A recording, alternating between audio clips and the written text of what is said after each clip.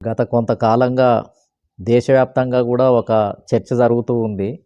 అదేమిటి అనంటే, ఏదైతే ఆర్ఎస్ఎస్ ఉందో లేదా ఆర్ఎస్ఎస్ అధినేత భగవత్ ఎవరైతే ఉన్నారో, వీళ్ళంతా గూడా అసంతృప్తిని మోడీ విధానాలపైన, మోడీ పరిపాలన పైన అసంతృప్తిని వ్యక్తం చేస్తున్నటువంటి పరిస్థితిని చూస్తున్నాం. ఓపెన్‌గానే కొంతమంది ఆర్ఎస్ఎస్ నాయకులు, అదేవిధంగా బీజేపీలో ఆర్ఎస్ఎస్ నుంచి వచ్చినటువంటి బీజేపీలో ఉన్నటువంటి కొంతమంది అగ్రకులానికి సంబంధించినటువంటి నాయకులు ఓపెన్‌గానే అసంతృప్తిని వ్యక్తం చేస్తూ, ఈ విధానాలు, ఈ పరిపాలన సక్రమంగా లేదు అని మరి వాళ్ళు ఓపెన్‌గానే అసంతృప్తిని వ్యక్తం చేస్తున్నారు. అంటే మోడీ విధి విధానాలు, మోడీ పరిపాలన ఈ మొత్తం ఏందనంటే ఇటు ఆర్ఎస్ఎస్‌లో గాని, లేదా పార్టీలో ఉన్నటువంటి కొన్ని అగ్రవర్ణాలు ముఖ్యంగా బ్రాహ్మణ వర్గానికి ఇష్టం లేనట్టుగా, మింగుడు పడనటువంటి సమస్యగా మారినట్టుగా కనిపిస్తూ ఉంది.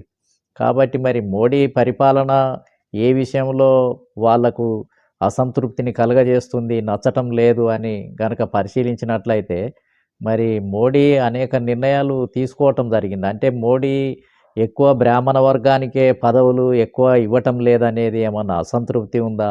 లేదా మోడీ ప్రధానమంత్రి అయిన తర్వాత 2 సార్లు కూడా జరిగినటువంటి రాష్ట్రపతికి సంబంధించినటువంటి ఎన్నికల్లో ఒకసారి ఎస్సీ వర్గానికి సంబంధించి రాష్ట్రపతిని కోవింద్‌ను చేయటం జరిగింది.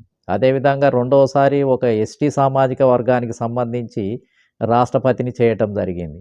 అదేవిధంగా మంత్రివర్గంలో కూడా గతంలో బీజేపీలో ఉన్నప్పుడు ఏకపక్షంగా ఎక్కువ కూడా ఏందనంటే బీజేపీ అని అంటేనే అగ్రకులాల పార్టీ కాబట్టి అగ్రకులాలకే పెద్ద మొత్తంలో 80% మంత్రి పదవులన్నీ ఇవ్వాలనేది ఒకటి ఉంటుంది.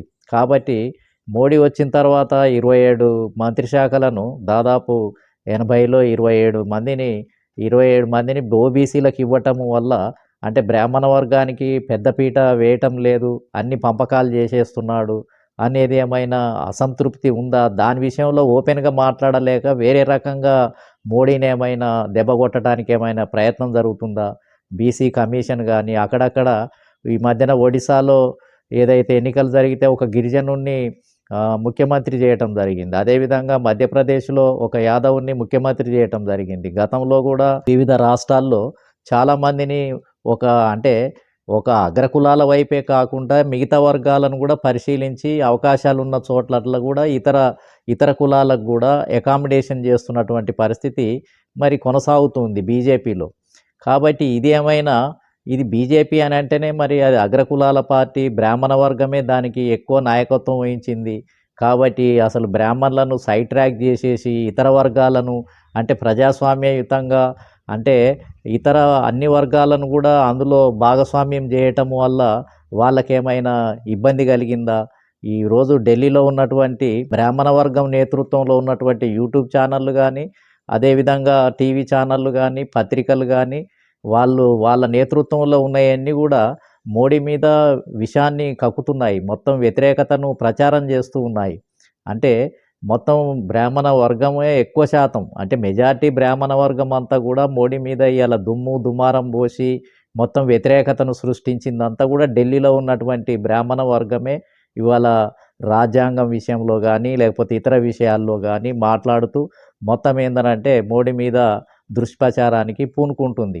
కాబట్టి దానికి తోడుగా ఏందనంటే ఆర్ఎస్ఎస్‌లో ఉన్నటువంటి వ్యక్తులు కూడా తోడై బహిరంగంగానే అసంతృప్తిని వ్యక్తం చేయటం వల్ల సహజంగానే దేశంలో ఈ అగ్రవర్ణాలకు సంబంధించినటువంటి వాళ్ళంతా కూడా బీజేపీకి దూరం అవుతున్నారా? దూరమయ్యే పరిస్థితి ఏర్పడిందా? అంటే ఇప్పుడు జరిగినటువంటి ఉప ఎన్నికల్లో కూడా ఈ అసంతృప్తిని వ్యక్తం చేయటం వల్లనే, మోడీకి వ్యతిరేకంగా ప్రచారం చేయటం వల్లనే ఈ ఉప ఎన్నికల్లో ఎక్కువ స్థానాల్లో అసలు ఇండియా కూటమి గెలుపొందటం. సరే ఇండియా కూటమి గెలుపొందింది అని అంటే బెంగాల్లో ఎట్లాగూ మమతా బెనర్జీదే బలం ఉంది. కాబట్టి ఉత్తరప్రదేశ్‌లో ఇప్పటికే బీజేపీ చాలా బలహీన పడిపోయింది. కాబట్టి కొంత అంటే ఇండియా కూటమి బలంగా ఉన్న దగ్గరనే ఎక్కువ గెలిచింది. అయితే బీజేపీ కూడా చాలా బలహీనపడింది. ఉప ఎన్నికల్లో అనుకున్నంత ఓట్లు కూడా రాలేదు. ఎవరికైనా కానీ బ్రాహ్మణ వర్గం మద్దతు లేకుండా, వాళ్ళ సోషల్ మీడియా మద్దతు లేకుండా, ఆర్ఎస్ఎస్ మద్దతు లేకుండా మోడీ ఎంత పవర్ఫుల్ అయినా అసలు ఏమి చేయలేడు, ఓడిపోవటం అనేది అనివార్యము అనేది ఒకటి కనిపిస్తూ ఉంది. కాబట్టి ఇలా కాంగ్రెస్ పార్టీ మంచిగా అనిపిస్తుంది. రోజు ఆర్ఎస్ఎస్‌కి గానీ, లేకపోతే బ్రాహ్మణ వర్గానికి గానీ, కాంగ్రెస్ పార్టీ ఎందుకు మంచిగా అనిపిస్తుంది అనంటే, నేను అనుకునేది ఏందనంటే, కాంగ్రెస్ పార్టీ అసలు అగ్రవర్ణాల పార్టీగా అట్నే నిలబడిపోయింది.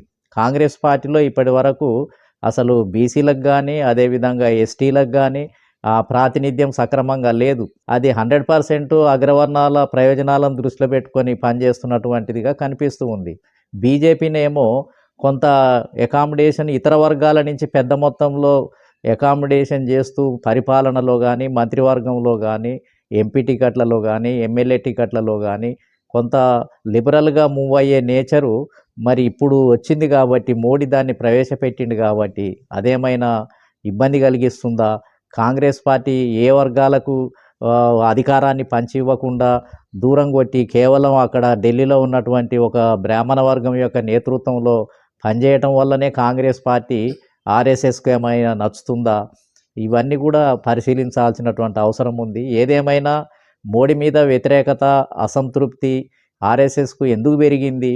అంటే ఇతర వర్గాలకు అధికారాన్ని పంచటం అనేది ఇష్టం లేక పెరిగిందా? లేకపోతే హిందుత్వాన్ని ఏమైనా హిందుత్వం విషయంలో ఏమైనా తేడాలున్నాయా? లేకపోతే అహంకారము అనేది పెరిగింది అని అంటున్నారు. అహంకారము పెరిగితే అసలు ఇంతకుముందు ఉన్నటువంటి ఎల్‌కే అద్వానీ, లేకపోతే వాజ్పేయి, అంతకుముందు ఉన్నటువంటి వాళ్ళందరూ గూడా వాళ్ళు డిక్టేటర్‌గానే ఏకతాటి మీదనే అసలు మోడీ కంటే ఎక్కువ కరడు గట్టినటువంటి వాళ్ళే బీజేపీకి గతంలో నాయకత్వం వహించటం జరిగింది. మరి అప్పుడు అహంకారపూరితంగా ఉంది, అందరితోటి కలిసిపోలేదు బీజేపీ, అందరితోటి లిబరల్‌గా లేదు అని అప్పుడెందుకు అసంతృప్తిని వ్యక్తం చేయలేకపోయారు?